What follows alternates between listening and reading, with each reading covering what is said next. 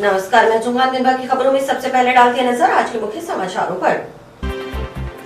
UP CM के चुनाव निशान बुलडोजर पर चढ़कर मनाया जश्न। 4 राज्यों में बहुमत मिलने पर भाजपा कार्यकर्ताओं में खुशी।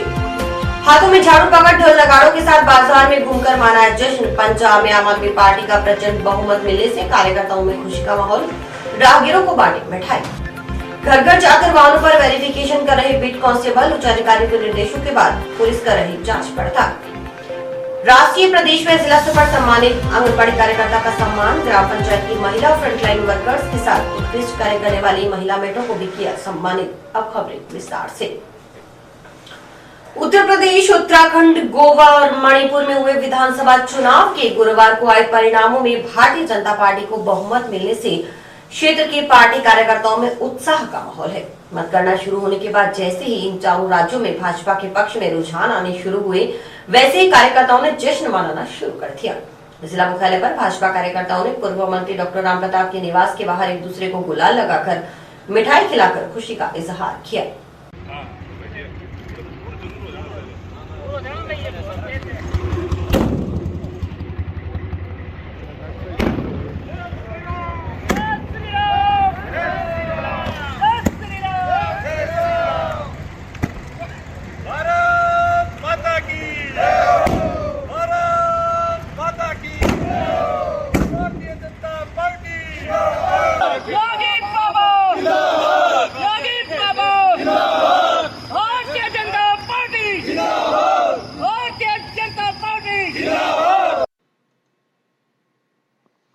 यहाँ कार्यकर्ताओं ने पूर्व मंत्री डॉक्टर रामप्रताप के नेतृत्व में उत्तर प्रदेश के मुख्यमंत्री आदित्यनाथ योगी के चुनाव निशान बुलडोजर पर चढ़कर भाजपा के पक्ष में नारे लगाकर जश्न मनाया। भाजपा कार्यकर्ताओं ने कहा कि 5 में से 4 राज्यों में भाजपा ने बहुमत हासिल किया है। इससे जीत की खुशी दोगुनी हो गई है।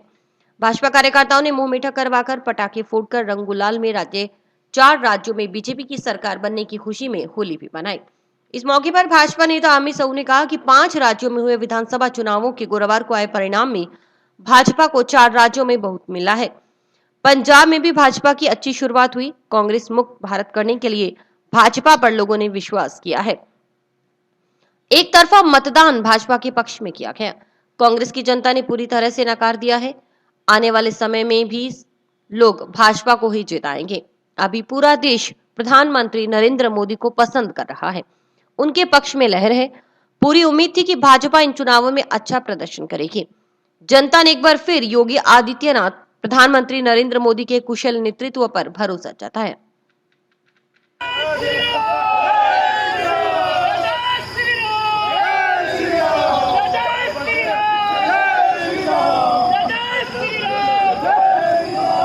राज्यों के विधानसभा चुनावों का रिजल्ट आया।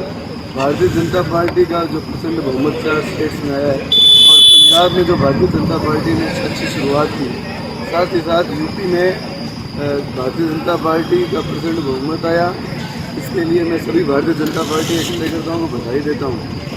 लोगों ने नरेंद्र मोदी की नीतियों पे, योगी जी के विकास पे, योगी जी के जो अच्छे प्रशासन पे मोहर लगाई। साथ ही साथ भारतीय जनता पार्टी पर विश्वास व्यक्त किया। सभी को बहुत बहुत बधाई, बहुत शुभकामनाएं।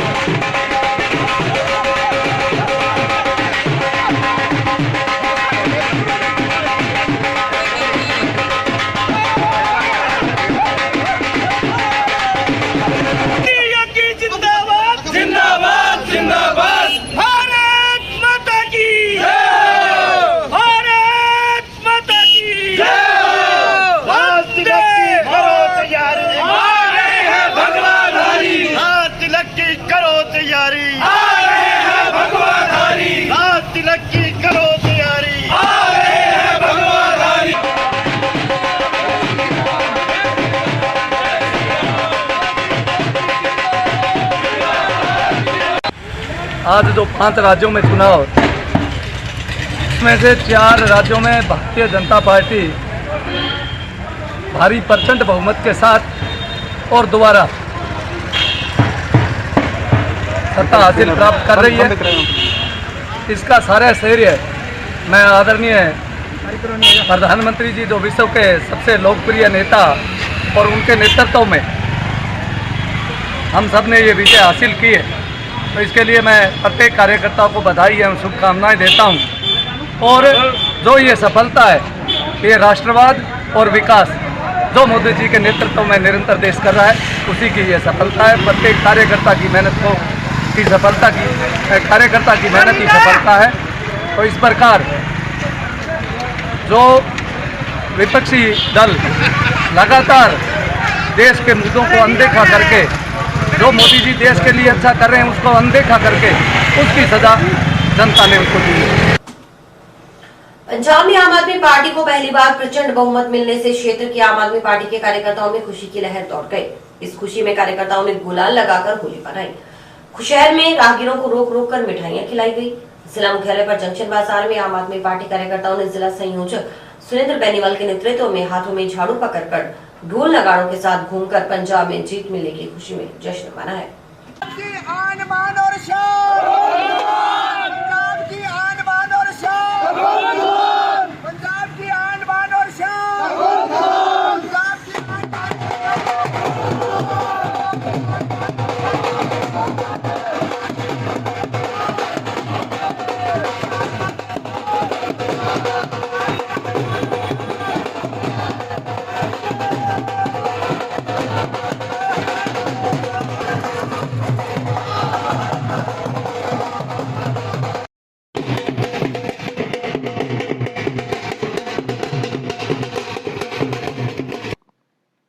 इस मौके पर आम आदमी पार्टी के जिला संयोजक सुरेंद्र बेनीवाल ने कहा कि पंजाब की जनता ने भगवंत मान को जो मान सम्मान दिया है, आम आदमी पार्टी में जो विश्वास जताया है, पंजाब में आम आदमी पार्टी की जीत पंजाब की जनता की जीत है।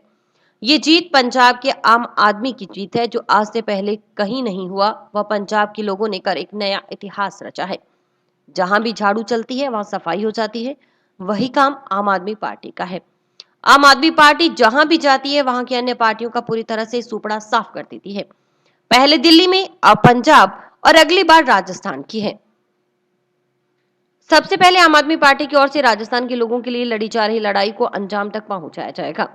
जब तक राजस्थान सरकार प्रदेश की जनता को 200 यूनिट प्रतिमाह मुफ्त नहीं देगी, तब तक हमारा आंदोलन समाप्त नहीं होगा।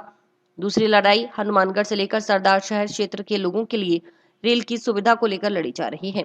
और तीसरी लड़ाई किसानों का कर्ज माफ करने को लेकर है। जब तक गहलोत सरकार की ओर से प्रदेश की जनता के साथ किए गए वादे पूरे नहीं किए जाते, तब तक आम आदमी पार्टी का कार्यकर्ता सरकार को चैन नहीं लेने देगा। पंजाब के बाद राजस्थान की बारी है। 2023 में इसकी झांकी देखने को मिलेगी। साथ ही कहा कि पंजाब की जनता की ओर से जो विश्वास जताया गया है, आम आदमी पार्टी उस पर 100% खरी उतरेगी। आम आदमी पार्टी हनुमानगढ़ पंजाब के सभी पंजाबियों भाइयों की तहे दिल से शुक्रगुजार है। आज पंजाब की जनता ने भगवंत मान को जो मान सम्मान दिया है, आम आदमी पार्टी में जो विश्वास जताया है, पंजाब की जीत पंजाब की जनता की जीत है, पंजाब के आम आदमी की जीत है। एक तरफ रिवायती पार्टियां, दूसरी तरफ आम आदमी के लिए काम करने वाली पार्टी। दिल्ली का गवर्निंग मॉडल, बिजली फ्री, पानी फ्री, सबसे बेहतर चिकित्सा व्यवस्था, सबसे अच्छी शिक्षा और सबसे बड़ी जो चीज है वो ये है कि वहाँ पर जो है वो ब्यूरोक्रेसी नहीं है। इन सब चीजों को लेकर के आम आदमी पार्टी में जनता ने जो विश्वास दिखाया पंजाब की, उसका आम आदमी पार्टी, पूरी आम आदमी पार्टी की तरफ से पंजाब की जनता का दिल से आभार, बार बार दिल से आभार। पंजाब में आम आदमी पार्टी की जो जीत हुई है, पंजाब में आम आदमी पार्टी की सरकार बनने जा रही है, उसी खुशी में हम हनुमानगढ़ की आम आदमी पार्टी की तरफ से आज रंग गुलाल लगाकर, ढोल नगाड़े बजाकर खुशियां मना रहे हैं और पूरे बाजार में मिठाई बांट रहे हैं। उसी पर मैं आम आदमी पार्टी के यूथ विंग का प्रवक्ता हूं और मैं आशुतोष मिश्रा आपको एक दो पंक्तियां सुनाना चाहता हूं कि आम आदमी पार्टी ने बदलाव की हवा चलाई है। बहुत हुआ था कचरा, अब पंजाब ने झाड़ू चलाई है। अशिक्षा को हथियार बनाने वालों, हमने शिक्षा की लहर चलाई है। पूरे भारत में झाड़ू चलेगी जल्दी, अभी तो पंजाब से आप आगे आई है। इसके अलावा आम आदमी पार्टी यूथ के कार्यकर्ताओं ने कलेक्ट्रेट के बाहर राहगीरों को मिठाई बांटकर पार्टी को पंजाब में मिली जीत की खुशियां मनाई।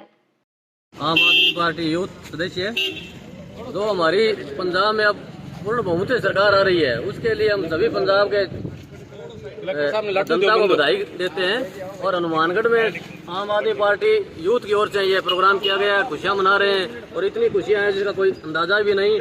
और जो हमारी जो सरकार पंजाब में बन रही है वो पूर्ण बहुमत से सरकार बन रही है। ये सरकार जो वहाँ दमनकारी जो नीतियाँ थी, बादल परिवार का दबदबा और कांग्रेस की गलत योजनाओं के खिलाफ वोटिंग हुई है। और जो दिल्ली में जो हमारी आम आदमी पार्टी की सरकार है उसके जो निर्णय देख के जनता ने जो फैसला किया है वो बहुत बढ़िया किया है। और उसके आम आदमी पार्टी के उज्जवल भविष्य की हम सब कामनाएं करते हैं।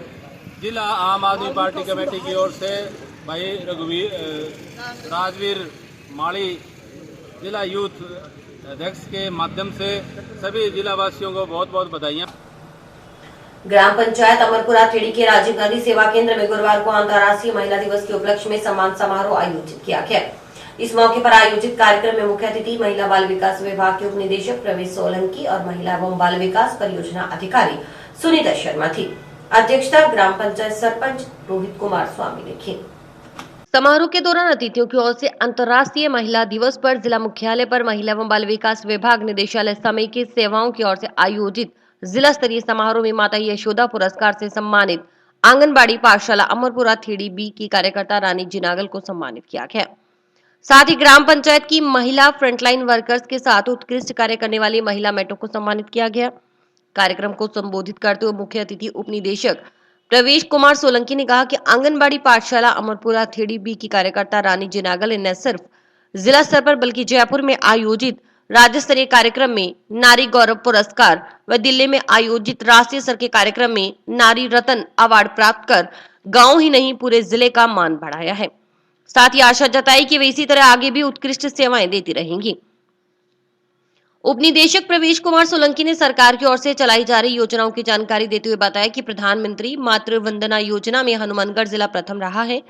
इस योजना के तहत आंगनबाड़ी केंद्र में पंजीयन करवाने वाली महिला को पहली बार मां बनने पर 1000 रुपए सरकार की ओर से खाते में जमा करवाए जाते हैं। अगर 6 माह के पश्चात उस महिला के एक ANC करवा रखी है तो 2000 रुपए खाते में आते हैं। इसी तरीके से अगर बच्चों का टीकाकरण संपूर्ण हो जाता है तो बच्चे के जन्म के 2.5 माह होने पर 2000 रुपए उस महिला के खाते में सरकार की ओर से जमा करवाए जाते हैं। हमारे हनुमानगढ़ में और हनुमानगढ़ में भी अमरपुरा थेड़ी ने स्थापित किए हैं। उन सभी के लिए उस सब के लिए आप सभी को बहुत बहुत बधाई हो, बहुत बहुत धन्यवाद। आप सभी बधाई के पात्र हैं कि हमारे यहाँ से आंगनबाड़ी केंद्र अमरपुरा थेड़ी की कार्यकर्ता श्रीमती रानी जिनागल जी ने न केवल इस बार हनुमानगढ़ स्तर पर माता यशोदा पुरस्कार प्राप्त किया है, अपितु जयपुर में जाकर के भी राज्य स्तरीय सम्मान और साथ में दिल्ली में अपने अखिल भारतीय स्तरीय सम्मान प्राप्त करके पूरे जिले का बहुत नाम बनाया है। उनका यहाँ पहुँचने पर बहुत बहुत हार्दिक स्वागत है और पूरे ग्रामवासियों को, विशेषकर हमारे सरपंच साहब को और जितने भी जनप्रतिनिधिगण हैं सभी को बहुत बहुत शुभकामनाएं, बहुत बहुत बधाई कि पूरे जिले का मान इन्होंने बढ़ाया है। और मैं ये चाहूंगा कि इसी सम्मान के साथ, इसी मान के साथ ये लोग आगे बढ़ते रहें और उत्तरोत्तर हमारे जिले का नाम रोशन करें। आज अंतर्राष्ट्रीय महिला दिवस के उपलक्ष्य पर हमारे आंगनबाड़ी कार्यकर्ता, आंगनबाड़ी का स्टाफ और जो भी महिलाएं, हमारे गांव की बहनें, माताएं जो उत्कृष्ट कार्य करते हैं उनके सम्मान समारोह के लिए एक छोटा सा कार्यक्रम रखा है। और बताना चाहूँगा हमारी आंगनबाड़ी बी की कार्यकर्ता श्रीमती रानी जिनागल जी जिले, राज्य और नेशनल लेवल पर जो सम्मानित हुए हैं उनके उपरांत ये कार्यक्रम रखा गया है ताकि उनका हौसला बढ़े, गांव का नाम रोशन किया है और गांव ही नहीं बल्कि हनुमानगढ़ जिले का भी नाम रोशन किया है। पुलिस विभाग के उच्च अधिकारियों के निर्देशों की पालना में और बीट कांस्टेबल की ओर से घर घर जाकर मकान मालिक व उसके परिवार के सदस्यों के पास मौजूद वाहन के कागजातों की जांच की जा रही है। इसके पीछे का मकसद ये पता लगाना है कि कहीं कोई व्यक्ति चोरीशुदा वाहन का उपयोग तो नहीं कर रहा। अगर बीट कांस्टेबल को कोई भी वाहन संदिग्ध प्रतीत होता है तो वे इसकी सूचना उच्च अधिकारियों को देंगे। पुलिस की इस पहल से जहां लोग अपने पास मौजूद वाहन के समस्त कागजात पूरे करने के लिए जागरूक होंगे, साथ ही आपराधिक प्रवृत्ति के लोग चोरी का वाहन घर में खड़ा करने या उसका इस्तेमाल करने से गुरेज करेंगे। गुरुवार को जंक्शन थाना के बीट कांस्टेबलों ने भी अपने अपने बीट क्षेत्र के वार्डों में जाकर वाहनों का वेरिफिकेशन करने की कार्रवाई की।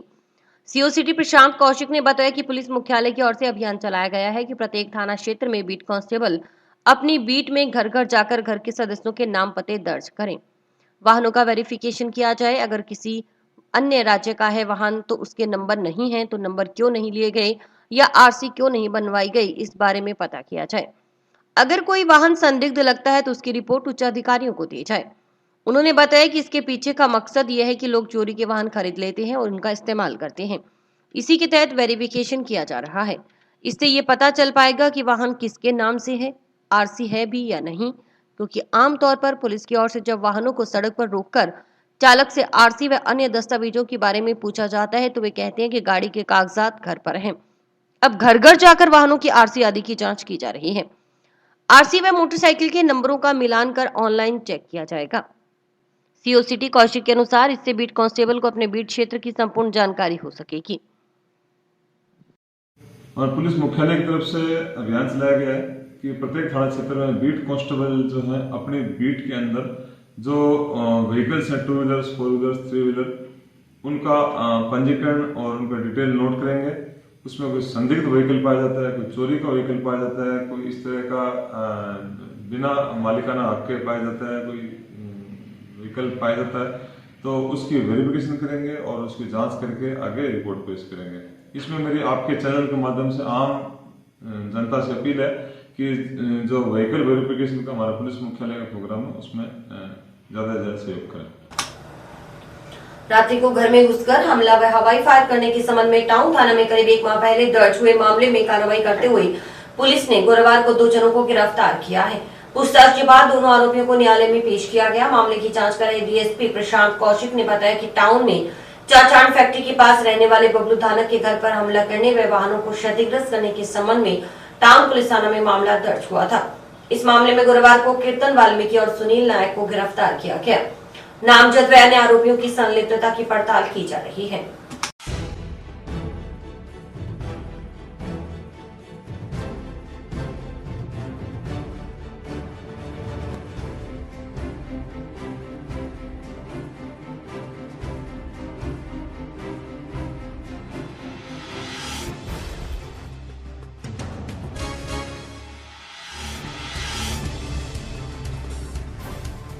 हनुमानगढ़ टाउन में चाचान फैक्ट्री के पास में बबलू धानक है, उसके घर पर कोई मारपीट करी थी, हमला करा था, व्हीकल तोड़ दिए थे। ये अभियोग पंजीबद्ध हुआ था। इस आरोप में आज घर में घुस मारपीट करने के आरोप में कीर्तन वाल्मीकि और सुनील नायक को आज अरेस्ट किया गया और अरेस्ट करके उसको कोर्ट में भिजवाया जा रहा है। भारत की जनवादी नौजवान सभा जिला कमेटी का 9वां जिला सम्मेलन गुरुवार को संपन्न हुआ। सम्मेलन में नौजवान सभा के जिले भर के करीब 200 सदस्यों ने हिस्सा लिया। सम्मेलन में बढ़ती बेरोजगारी, बढ़ते नशे की प्रवृत्ति, भूमिहीनों को जमीन देने, स्कूलों में सरकारी अस्पतालों में रिक्त पड़े पदों को भरने, रीट परीक्षा में हुई धांधली में शामिल सफेदपोश लोगों के खिलाफ कार्रवाई करने सहित कई मुद्दों पर मंथन किया गया। इन मुद्दों को लेकर पूरे प्रदेश में संघर्ष छेड़ने का निर्णय लिया गया है। नौजवान सभा के प्रदेशाध्यक्ष जगदीश सिंह जग्गी की अध्यक्षता में आयोजित हुए सम्मेलन में केंद्र व राज्य सरकार की युवा विरोधी नीतियों के खिलाफ प्रस्ताव पारित किए गए। बेरोजगार युवाओं को उनका हक दिलाने के लिए नई रणनीति के तहत नए सिरे से लड़ाई लड़ने के लिए नौजवानों को लामबंद किया गया। सम्मेलन को संबोधित करते हुए प्रदेशाध्यक्ष जग्गी ने कहा कि रीट परीक्षा में बड़े स्तर पर धांधली हुई, लेकिन राज्य सरकार हाथ पर हाथ धरे बैठी है। पिछले कई सालों से सेना में नई भर्ती नहीं हो रही। इन सब मुद्दों को लेकर नौजवान केंद्र व राज्य सरकार के खिलाफ हल्ला बोल प्रदर्शन करेंगे। उन्होंने शहीद आजम भगत सिंह के सपनों को साकार करने के लिए नौजवानों से संघर्ष के मैदान में उतरने का आह्वान किया। जनवादी नौजवान सभा का हनुमानगढ़ जिले का ये 9वां जिला सम्मेलन होने जा रहा है। इस सम्मेलन में हमारे जिले भर के तमाम नौजवानों को, जो बेरोजगार नौजवान हैं, केंद्र और राज्य सरकार की युवा विरोधी नीतियों के खिलाफ यहाँ प्रस्ताव पारित किए जाएंगे और एक नई रणनीति के तहत नई लड़ाई शुरू करने के लिए तमाम नौजवानों को लामबंद किया जाएगा। जिस प्रकार से रीट लेवल में गड़बड़ी हुई, धांधली हुई और सरकार हाथ पे हाथ धरे बैठी है। सेना की भर्ती पिछले कई सालों से नहीं हो रही और भी भर्तियां जो नहीं हो रही है, उसको लेकर के यहाँ 9वें जिला सम्मेलन में प्लानिंग के तहत तमाम नौजवानों को मैदान में उतारने के लिए, शहीद आजम भगत सिंह के सपनों को साकार करने के लिए तमाम नौजवान आज संकल्प लेंगे और केंद्र और राज्य सरकार के खिलाफ हल्ला बोल कार्यक्रम करने का काम करेंगे। इसमें तमाम जिले के क्रांतिकारी साथी, यहाँ करीब 200 डेलीगेट यहाँ पहुंचे हुए हैं। अभी सम्मेलन की शुरुआत करने जा रहे हैं। हमारे सम्मेलन के मुख्य मुद्दे बेरोजगारी, बढ़ती बेरोजगारी के सवाल पे, बढ़ती नशाखोरी के सवाल पे और भूमिहीनों को जमीन देने के सवाल पे, और जो स्कूलों में, हॉस्पिटलों में रिक्त पड़े पद है उनको भरने के सवाल पे, और जो अभी राजस्थान के अंदर रिक्त पदों में जो भारी धांधली हुई है जिसमें अभी सफेद पोस्ट पकड़े नहीं है, उनके मुद्दे के ऊपर हम यहाँ बैठकर मंथन करेंगे। अभी वक्त है एक ब्रेक का।